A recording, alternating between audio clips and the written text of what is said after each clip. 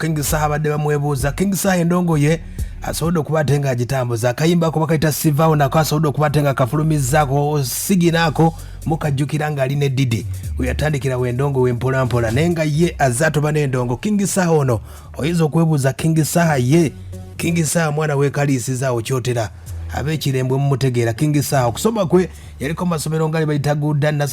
Nursery School yaliko kusoma bayita St Agnes Primary School yaliko ku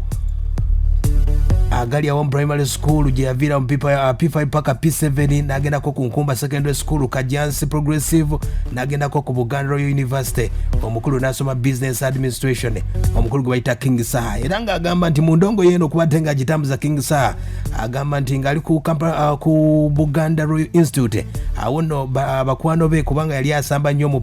omupiira gwagalya ddala awone bamutuuma erinnya lye bayita Saha abajjukirawo timu yaffe y'abakirimaanyi eya Man U King Saha omukulu we bayita Louis Saha abajjukira 2-28 yali ayambala namba 9 ndowooza bagitegeera Louis Saha yaliko omutima we yava Man U yadda mu Everton n'agendako mu Spurs n'agendako mu Sunderland ne mu Lazio mpola mu Man U yatusambira empiira 86 ne gola 28 ye mukulu oyo abajjukira ebiseera ebyo King Saha kwe kwetuuma erinnya awo lye bayita Saha n'agattako erinnya lye bayita King ye King Saha mwana mulenzi oyo era ng'agamba nti endongo eno okubatenga agiyingira yaliko ng'akola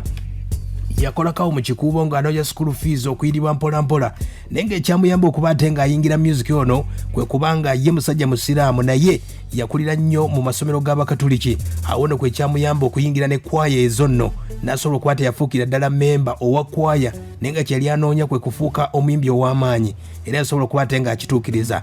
waliwo kwaya gye bayita St Agnes Bugonga side z'ekisubi eyo yasobola okuba ayimbiramu King Saha naye ng'ekyamuyamba nnyo okuba akuza eddoboozi lye paka akadde kano era nga bamukazaako n'erinnya Golden Boy of Ntebe ye mwana mulonzi gwe bayita King Saha era nga agamba nti okusamba omupiira n'okuyimba basarize wesobola okuba okusoma kwe yakumalako nga school fees asasudde ntonotono olw'embeera nti yayambibwako 2011 awo no wayingirira ekibiina kye bayita Bonfire ekyamulamuzi gwe bayita producer Didi weyasangira ba Gravity baani bonna ebiseera ebyo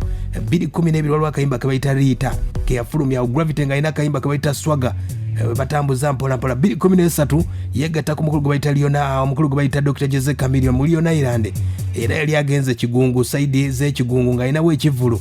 Camillion mwana mulenzi ono King Saha amaliriza okuyimba Camillion n'amugamba jango negatteko mu Liona Island era n'amugattako ebigambo n'amugamba togenda kufuuka wakabi nga tozze mu Liona Island King Saha kwe kwatamu ebibye n'ayingira Liona Island ng'ayingidde mu Liona Island nno yakwatagana kono omukulu gwe bayita Sam Mukasa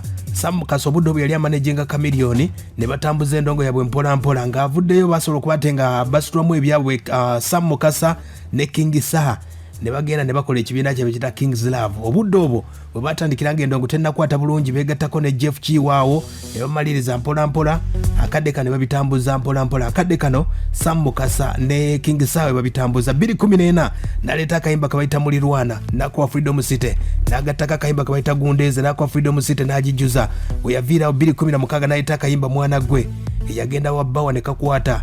omukulu we gwe bayita King Saha yafulumya akayimba kabayita Biribiri awo no yajjira kubeera Africell ambassador omukulu we gwe bayita King Saha musajja muvubi era nga musajja muvubi ayina amaato omukulu oyo mulimi era byonna asobodde okuba nga abikola omukulu oyo mu music ono omusajja gwasinga okwevuma ye Bebe Cool amubojjerera nnyo mu nsonga ezitali mu makulu ye nga bwategeeza King Saha ye musajja omu ku basajja aboyinza okugamba nti bayiiya mu ndongo eno bw'oba omugazise ku bavocalist be tulina mu ggwanga Uganda Maddox Radio and Weasel radio omugenza omule mirembe ba vocalist akyaliwo Kabuye Semboga Ediawe Jamal Aziza Ziona Luna Mubiro Jamie Kalicha Jostede Joffrey Taya Little Boss David Utaro Chris Evans abalabani n'abala bangi nnyo ye musajja we gwe bayita King Saha ye mukulu oyo endonga sodo okuba nga agitambuliddemu ddala agikubidde ddala alina akayimba wakayita Sivaawo kasobodde okuba nga asumuludde